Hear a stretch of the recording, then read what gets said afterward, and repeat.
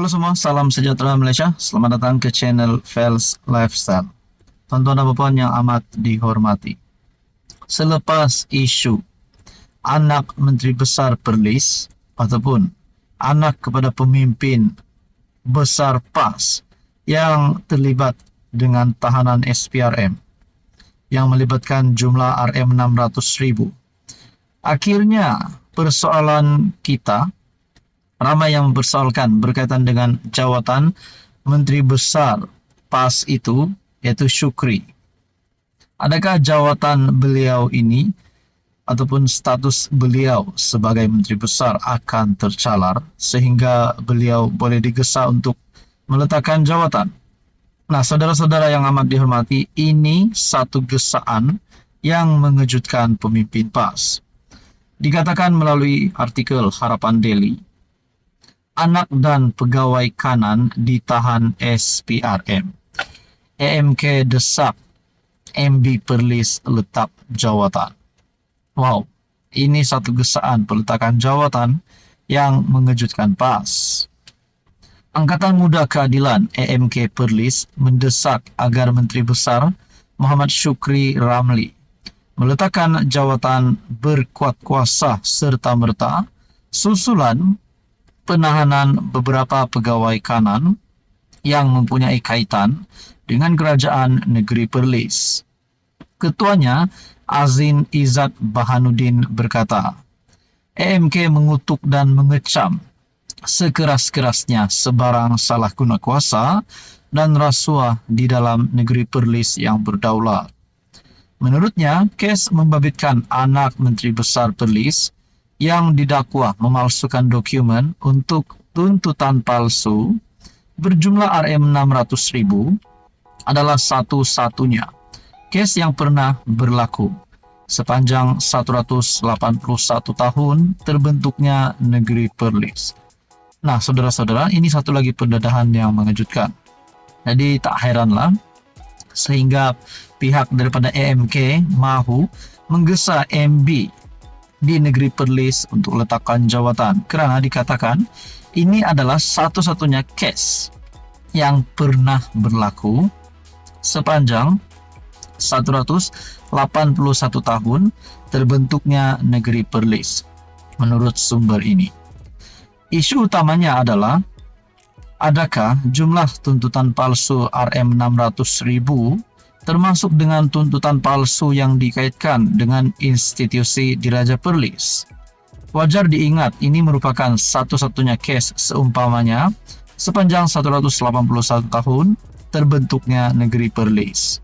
Bagaimana boleh dikatakan PN bersih dan stabil, namun anak kepada pemimpin tertinggi negeri pula ditahan reman SPRM ketika PN berkuasa tidak sampai satu penggal, katanya dalam satu kenyataan. Dalam pada itu, AMK Perlis menggesa barisan kepimpinan PN Negeri Perlis, terutamanya MB Besar, Menteri Besar Perlis bermuhasabah dan bertanggung jawab terhadap isu yang berlaku. Beliau juga mengharapkan agar satu siasatan dijalankan dengan telus tanpa ada ganggu, gugar dari mana-mana pihak. Kerana siasatan turut melibatkan anggota keluarga Menteri Besar Perlis serta pegawai beliau. Maka kami menuntut YAB Menteri Besar meletakkan jawatan berkuat kuasa serta-merta. Terdahulu Muhammad Syukri berkata beliau terbuka jika anaknya yang disiasat oleh SPRM menerima hukuman seandainya terbukti bersalah dalam hal berkenaan. Apa komen Anda? Sekian saja, teruskan bersama di dalam channel ini untuk info yang seterusnya. Halo semua, salam sejahtera Malaysia. Terima kasih kerana bersama di dalam channel ini. Saudara-saudara, berkaitan dengan pilihan raya kecil Kuala Kubu Baharu yang diadakan pada 11 Mei. Menjadi tumpuan semua pengundi di DUN Kuala Kubu Baharu dan juga seluruh rakyat Malaysia. Dan menjadi tumpuan juga sama ada calon PN yang akan menang ataupun calon Pakatan Harapan daripada DAP ataupun calon Kerajaan Perpaduan yang akan menang. Nah, saudara-saudara, berkaitan dengan calon, kita hanya bincangkan dua calon ini hari ini. Berkaitan dengan satu cabaran daripada pemimpin PAS kepada calon DAP. Nah, saudara-saudara, mengikut perkongsian daripada Malaysia Kini, semua subjek E calon Pakatan Harapan sahut cabaran PAS dedah keputusan SPM. Rupanya PAS yang mencabar calon Pakatan Harapan untuk mendedahkan keputusan SPM, dan inilah jawapannya. Calon PH dalam pilihan raya kecil Kuala Kubu Baharu, Pang Sok Tau, berkongsi keputusan SPM dan UPSR yang menunjukkan keputusan cemerlang semua E. Wow. Nah, adakah ini satu petanda yang baik untuk Pakatan Harapan? Mungkin kita boleh kata ini adalah satu kemenangan awal untuk Pakatan Harapan, untuk DAP dan untuk kerajaan bagi pilihan raya kecil Kuala Kubu Baharu. Bekas setiausaha akbar kepada Menteri Perumahan dan Kerajaan Tempatan Ngakor Ming itu berbuat demikian sebagai maklum balas kepada cabaran Ketua Penerangan PAS Ahmad Fadli Syari semalam. Artikel bertarik 29 April. Adakah PAS yang mencabar calon daripada kerajaan perpaduan ini atas sebab untuk memalukan, tetapi akhirnya gagal pula kerana semua keputusan yang diperolehi Pang Sok Tau adalah semua E. Wanita 31 tahun dari Ampang itu mengambil SPM pada 2010 dan mendapat keputusan semua E, meliputi E+, E dan E-. Nah, kita bercakap tentang keputusan baru-baru ini di dalam Facebook page Ana Tahu, di dalam media sosial saya melihat dengan perkongsian satu artikel berita di mana keengganan calon daripada PN Bersatu berkaitan dengan latar belakang pendidikan. Calon Perikatan Nasional enggan ulas mahu tumpu kempen. Artikel ini bertarik 27 April. Manakala Pang Sok Tau pula bertarik 29 April sudah mendedahkan keputusan SPM semua subjek E. Adakah ini perbezaan di antara calon PH dan PN ini? Dan perbezaan ini membolehkan satu kelebihan kepada calon kerajaan perpaduan ini untuk menang. Setelah diberikan cabaran, akhirnya Pang Sok Tau menyahut cabaran dan mendedahkan keputusan.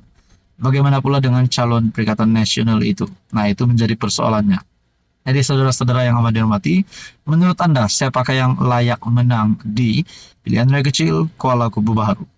Tapi setakat ini untuk calon yang saya lihat ini, rasanya bagi latar belakang pendidikan mungkin kita boleh lihat setakat ini keputusan berpihak kepada calon kerajaan perpaduan.